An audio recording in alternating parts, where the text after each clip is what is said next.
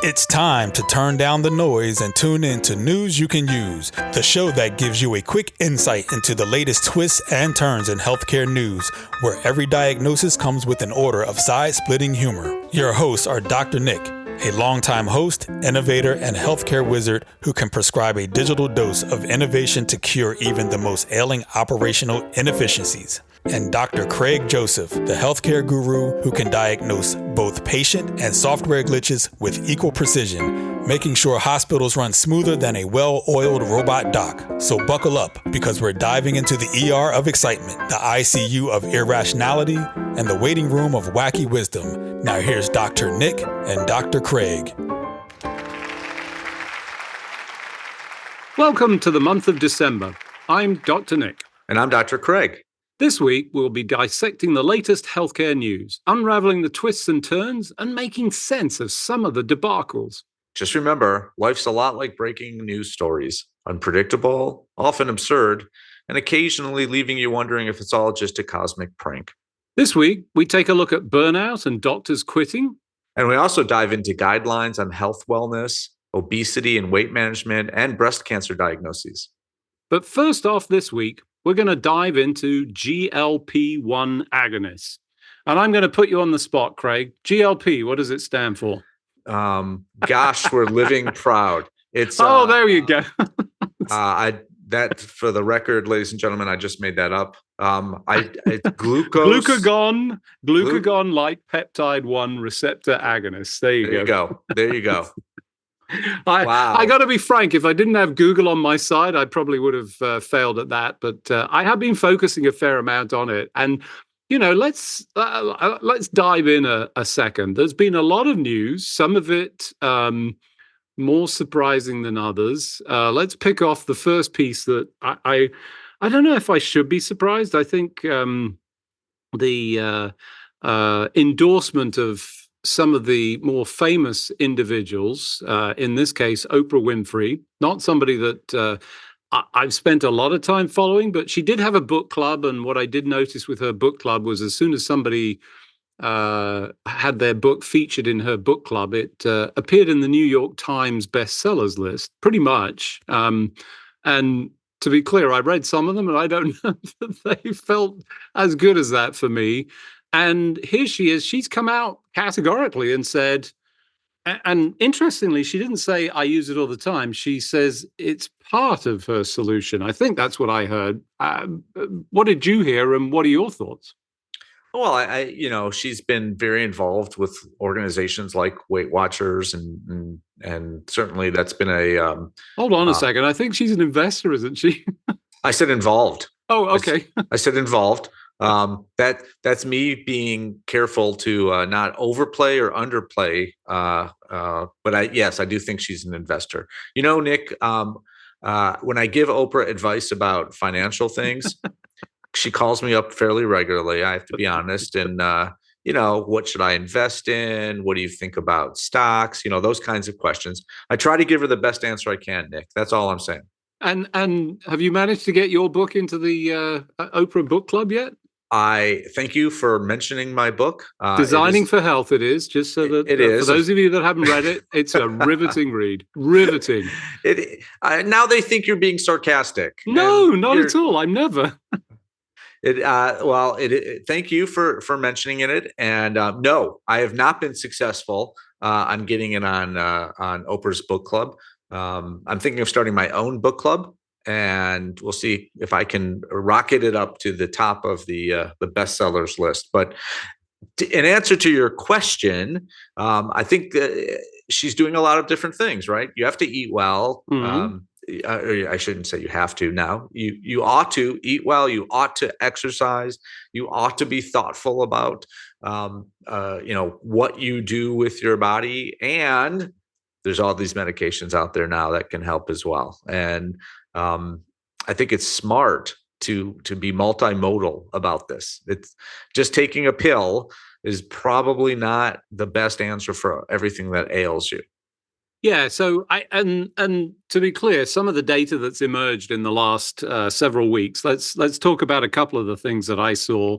First of all, And I don't know that this spans across every single individual version of this category of drugs, but somewhere of the order of 50% of people are no longer on the therapy at the end of a year.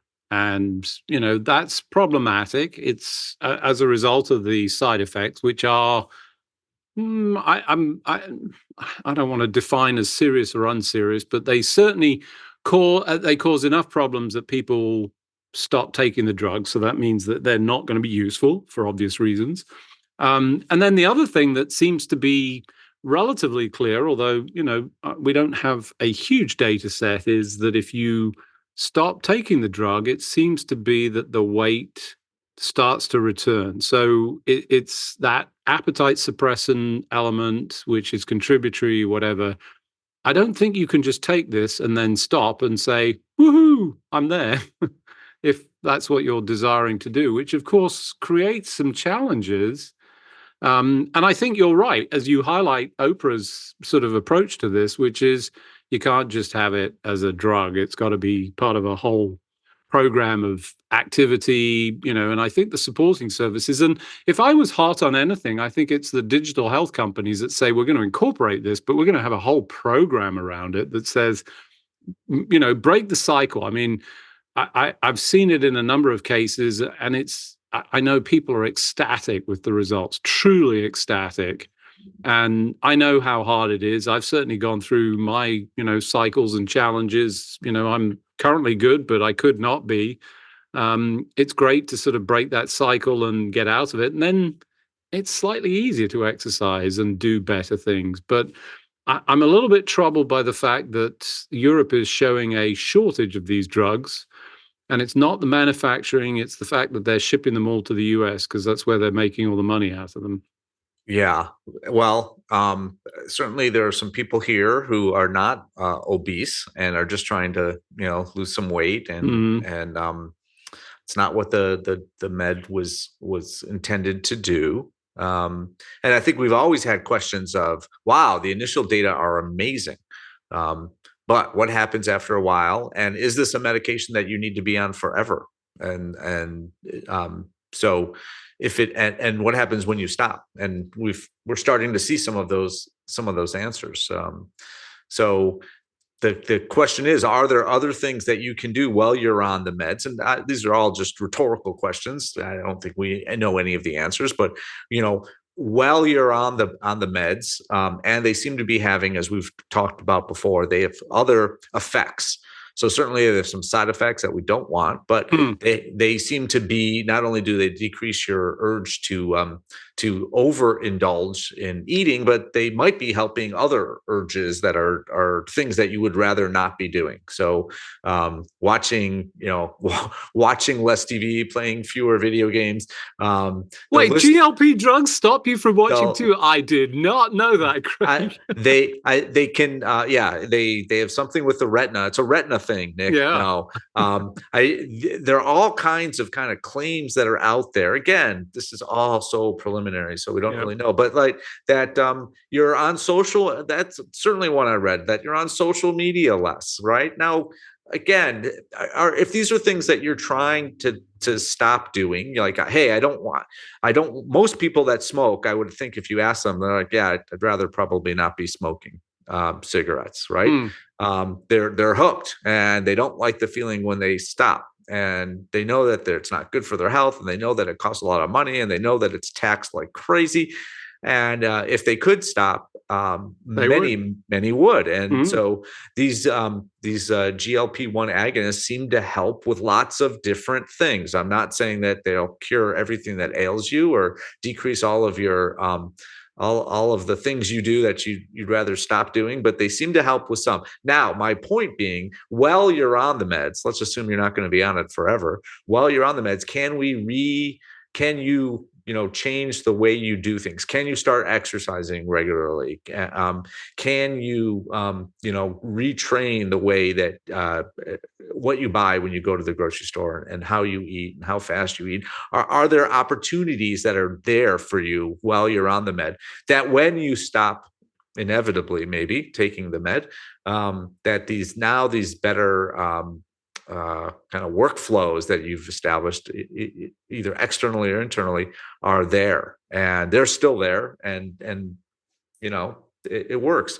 I just feel like, even in my own life, if you see, if you're exercising and eating better, and you see a reduction, you see the effects. You get clothes fit better, and other clothes you couldn't barely fit into now fit. Like, that's your incentive to keep going, right? And so, I got to say that I had the reverse experience. My Really? my clothes stopped fitting better. They were like sacks on me. All right, I think because I didn't keep any of the you're agreeing with me. You're agreeing. I am. Yeah. But that was actually a very positive experience. I did feel good. Also a little bit embarrassed when I looked at the size of some of the things that I did fit into. So, certainly been my experience, and, I managed to break the cycle. I think one of the things that's interesting too, it's surprising that, there's some question as to whether it returns, and I think we still don't fully know. But if you understand the psychology, the physiology even of eating and gaining weight, if you're at a weight of 100 and you put on 20 pounds and you're now at 120, and then you go to lose 5 pounds, your body fights that as if 120 is now your new norm. The norm keeps moving up, and the fact that you can break that cycle with these drugs, bring it down, and maybe bring it down to 100, maybe that resets the normal. So, there's potentially some great news in here. And I think fantastic. I mean, I'm truly excited for people because, like you, smoking, I'm sure people don't get up going, how can I continue this? It's how can I not? And there's a pathway. To that point, there was, some guidance and some commentary online on this whole advice, particularly for younger patients, which was your area of specialty, right? And we've seen the sort of transition to the younger age groups. We've seen more obesity. We've even seen more diabetes, I think, as a result of that. And two different groups came out with different guidelines that, to me, were a little bit surprising, I've got to be honest. One said, diet, exercise, and the other said, gosh, we should focus on Ozempic and surgery. You read it. What did you think? Well, I think that both of those characterizations were a bit extreme.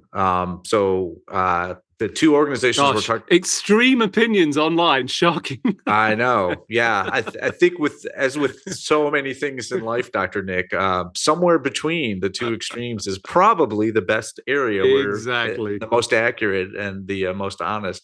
The U.S. Prevention Task Force, which is not really a government organization, but kind of a third-party group that is collected. Experts around the country are asked to come and give recommendations about healthcare, usually about prevention and how to deal with certain common problems. And their report on kids and obesity, there's certainly an obesity epidemic. No one questions that.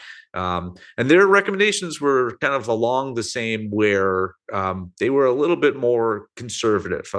So, hey, kids should exercise more. They should eat better. They should avoid all the things that are, empty calories, like juices and fast food and some of those things.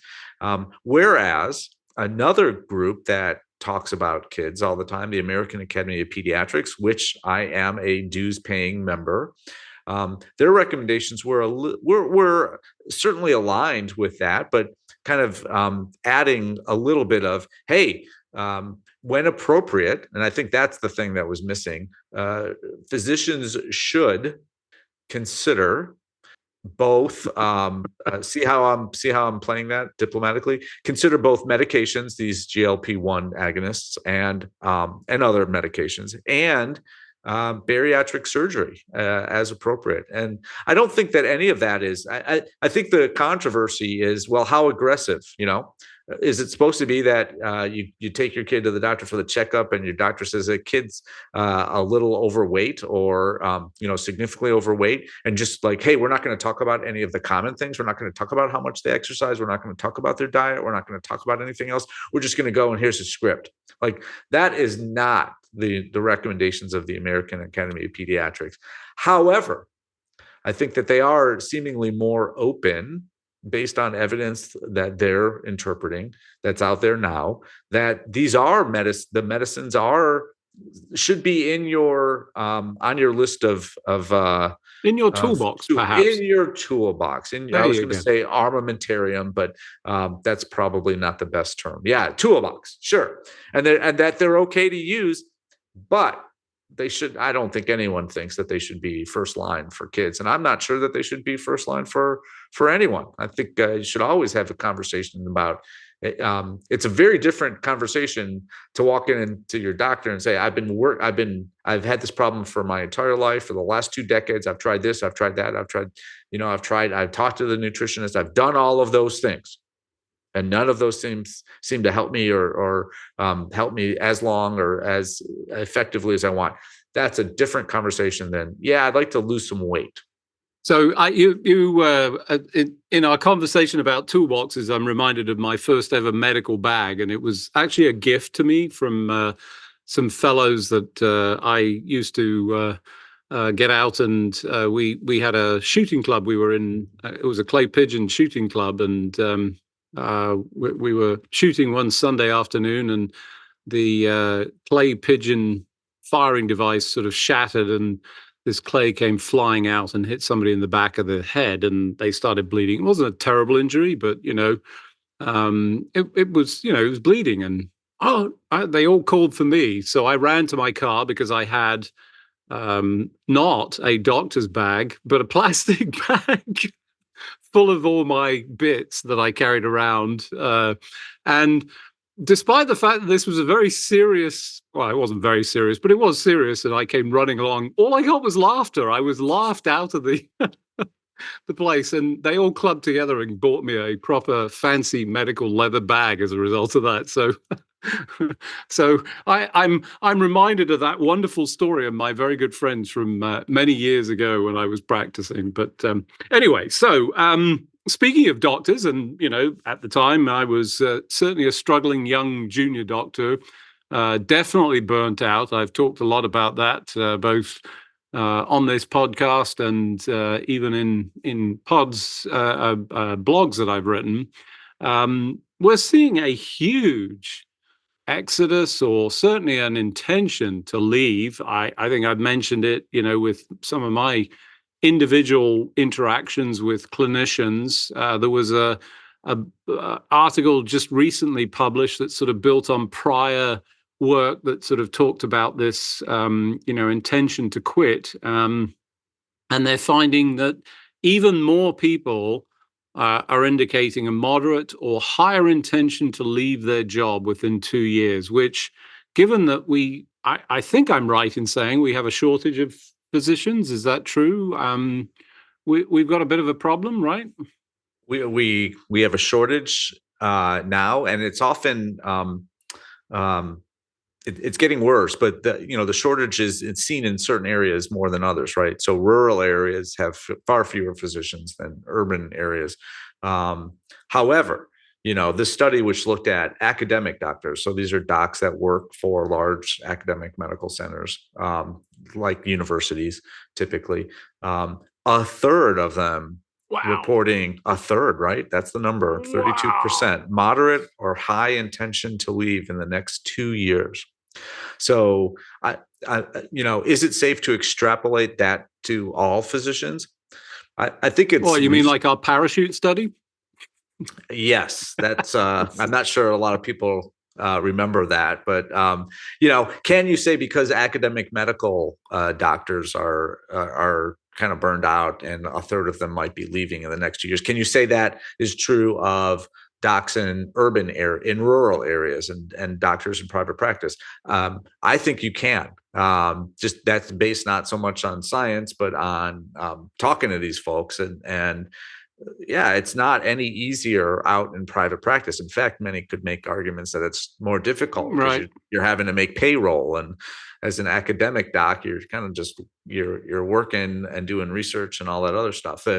One of the things though that I thought was helpful that this article pointed out was things that actually help. What can be done to lessen the likelihood of a third of physicians in the next 2 years leaving practice, either retiring or going to find something else to do. And number one on that list was supportive leadership, right? These are if you're working at a big academic center or for a big healthcare system, having leaders who seem supportive and not just looking at you like cogs and things that you're not producing widgets and you're not a factory. Just that feeling of support. I understand. I hear you. I'm trying to help you.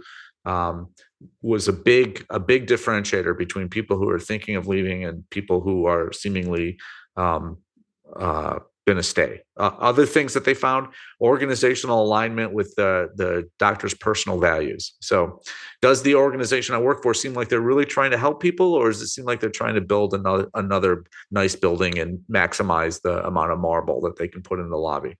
And finally, a point that really warms the cockles of my heart: helpfulness with the electronic health record, right? Are there people at the organization who are actually trying to make it a tool that I can use as opposed to a tool that's used against me? I've always felt that was like the definitive requirement. You can have something, but as long as you don't use it against me. So I'm willing to share my data as long as it's not used against me, to the point of healthcare data. And the EMR has certainly been used on both sides of that. So it seems like basic stuff to me, but then if it's being listed there, it obviously isn't. There must be an awful lot of this stuff going on. It's a little bit shocking and I guess somewhat surprising. Let's talk a little bit about EPIC research. I know a favorite area of yours. Lots of studies keep popping out. Some I look at and go, interesting. Others, not so much. That's all individual. But I'm always excited about it. I think it's an interesting source of information. The most recent, well, actually, it wasn't that recent, but the one that sort of struck me was the Hispanic women diagnosed with breast cancer more than 7 years younger than white women on average. And I got to say, I started scratching my head. I couldn't understand. I saw no sort of light through this as to what that was all about. Any thoughts? Well, it is counterintuitive, right? Because typically more marginalized parts or groups are not the ones that are getting the preventative care, and that's what we're talking about with breast cancer. Are women getting their mammograms? And so the interesting thing about Epic, it's an electronic health record company. I worked there a while ago. They have access to all of these data points that are just really hard to believe. And so they say in this article that they evaluated almost 500,000 diagnoses of breast cancer. Wow. Almost 485,000 that were in their electronic health, that their customers, that are in records that their customers shared with them. And that's in 5 years, between 2018 and 2023. And so first of all, that number is very, very large. And so the larger your N is, the more accurate and likely the more valid the results. Yeah, right? Your results can be. And so it's hard to explain this. One of their and this is not a formal peer-reviewed journal article. They're basically just putting out some data points and saying, hey, isn't this interesting? And one of their suggestions was, well, maybe Hispanic women are getting diagnosed not because of mammograms, but because they actually had symptoms. And why would that be? I have no answer. As in that they're actually getting cancer at a higher rate. I mean, is it a higher rate of cancer that's occurring in that subgroup? Well, at an earlier age, is that a possible I mean, there are so many threads to this that sort of raises questions that you go, I'd really like to know more. Well, I think that's maybe my pushback on this. So great, you did it, but tell us some more. Well, I'm looking at the data now, and they say that 38% of Hispanic women were recently screened. I'm not sure. I'm sure they define that, within 1 year, as opposed to white women in the U.S., 48%. So 10% difference there in terms of recently screened. Wow. So clearly Hispanic women are not screened at the rates that we wish they would be. We want 100%. To your point of equity, unfortunately. Yeah. Well, we find ourselves at the end of another episode and at the end of the year, exploring healthcare's mysteries before they become your emergencies. Until next time and until next year, I'm Dr. Nick. And I'm Dr. Craig.